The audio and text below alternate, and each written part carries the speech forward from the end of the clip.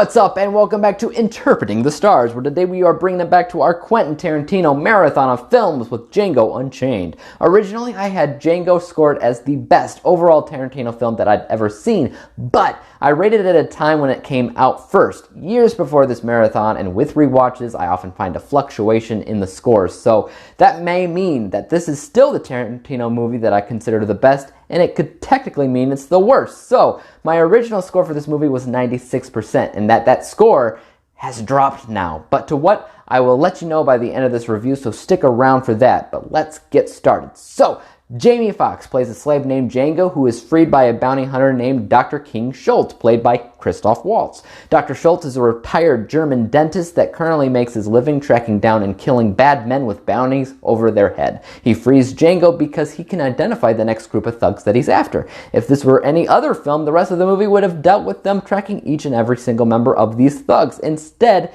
they are dealt with rather early on in this flick before it moves on to its secondary and more prominent storyline, which dealt with a search and rescue mission as Django and Dr. Schultz track down Django's long-lost wife, who is enslaved by a ruthless man named Calvin Candy, played by Leonardo DiCaprio. Throughout the film, we watch as countless lives are taken in the most extreme of ways. So, one thing that stood out for me when I originally watched this film was, once again, even though certain elements of the movie are unconventional from a traditional way of doing things, it was consistently a bloody fun time at the movies, and I still say that's true for the most part. But one thing that affected me a little bit differently, a little bit worse than the last time, was that the film is just too long. It's 15 minutes shy of 3 hours, and you really do feel it, especially because it seems to have one too many endings. You sense an ending coming, approaching, and then it comes and goes, and it just carries on from there, and the audience is kind of left confused as to when the movie's actually going to end. This, of course, can be attributed to an overall pacing of the film. It helped to have a solid story goal that these two are seeking, but I often felt as if the story could have been effectively told with a shorter narrative. That being said, it can be argued that the longer runtime was definitely needed because it's Tarantino, and Tarantino has famous dialogue, which takes forever to do. And once again, that dialogue is present in Django Unchained.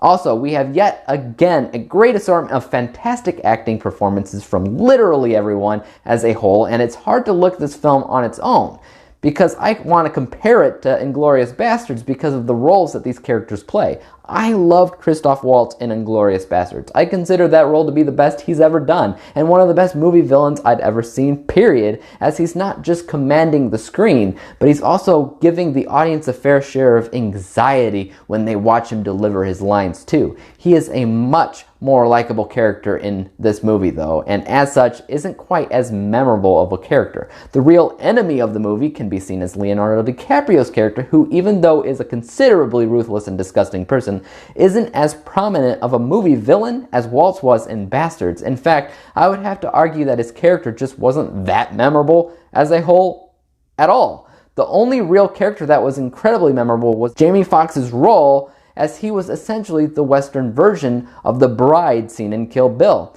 He had the biggest stake in the story, he had the strongest character growth, and he had the most impactful emotional connection with the audience.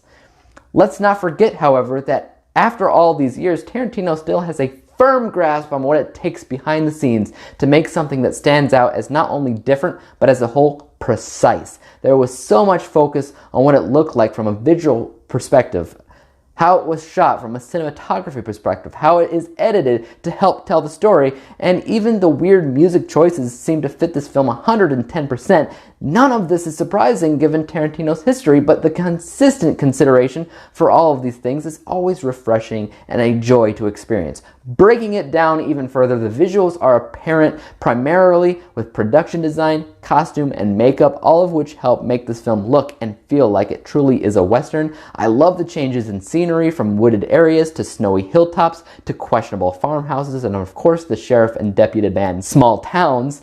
Mix that together with the vibrant ketchup-colored blood during the more violent moments in the film, and of course the heavy dialogue in between those beautifully brutal moments, and you got yourself a true Tarantino Western. As I mentioned before, my score for this film has dropped some. The main reason for that is because in 2012, my scoring method was still mostly a guessing game. I watched the movie, and in the back of my mind, a number between 1 and 100 formed that simply felt right. Nowadays, I actually calculate the score based on things the film simply does and doesn't do. My new score for the film is 92%, 92 out of 100 possible stars, meaning it dropped 4% and is given the letter grade of A-. Other films ranked A- are Pulp Fiction and Reservoir Dogs, but those are rated 91%, so this is still considered better than those.